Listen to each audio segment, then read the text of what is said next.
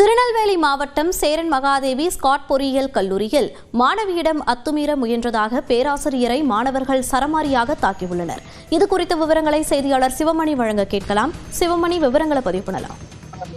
மோனிஷா, திருநெல்வேலி மாவட்டம் சேரன் மகாதேவி பகுதியில் ஸ்காட் பொறியியல் கல்லூரி அந்த வளாகத்திலேயே 2 பொறியியல் கல்லூரிகள் இருக்கிறது.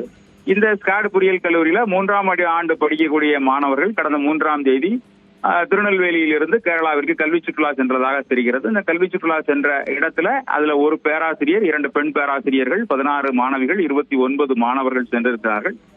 அங்கே சென்ற கல்லூரி பேராசிரியர் மாணவர்களிடம் தவறாக பேசி நடக்க முயன்றதாக குற்றச்சாட்டு எழுந்துள்ளது. மாணவர்கள் அப்போதே அவர்கள் பேராசிரியரிடம்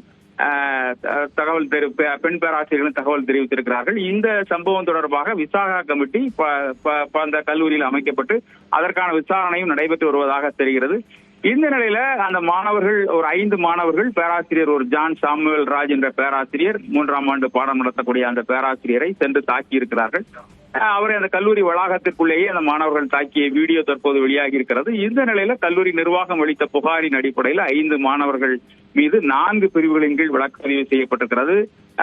அந்த பேராசிரியரை கொலைவெறி தாக்குதல் நடத்தியதாக, அதாவது 191/2, 329/4, 296B மற்றும் 118/1 BNS ஆகிய 4 பிரிவுகளின் கீழ் வழக்கு பதிவு செய்யப்பட்டு அதில் 4 மாணவர்கள் கைது செய்யப்பட்டிருக்கிறார்கள். மாணவர்கள் கொடுத்த புகாரின் அடிப்படையில் விசாகா கமிட்டி அந்த விசாரணை நடைபெற்று வரக்கூடிய நிலையில அந்த மாணவர்கள் 4 பேர் கைது செய்யப்பட்டது ஒரு பரபரப்பான சூழலை ஏற்படுத்தி இருக்கிறது. பேராசிரியர் மீது நடவடிக்கை எடுக்க வேண்டும் என்ற கோரிக்கை மாணவர்களிடையே எழுந்திருக்கிறது. மோனிஷா, விவரங்களை பதிவு செய்தமைக்கு நன்றி சிவமணி.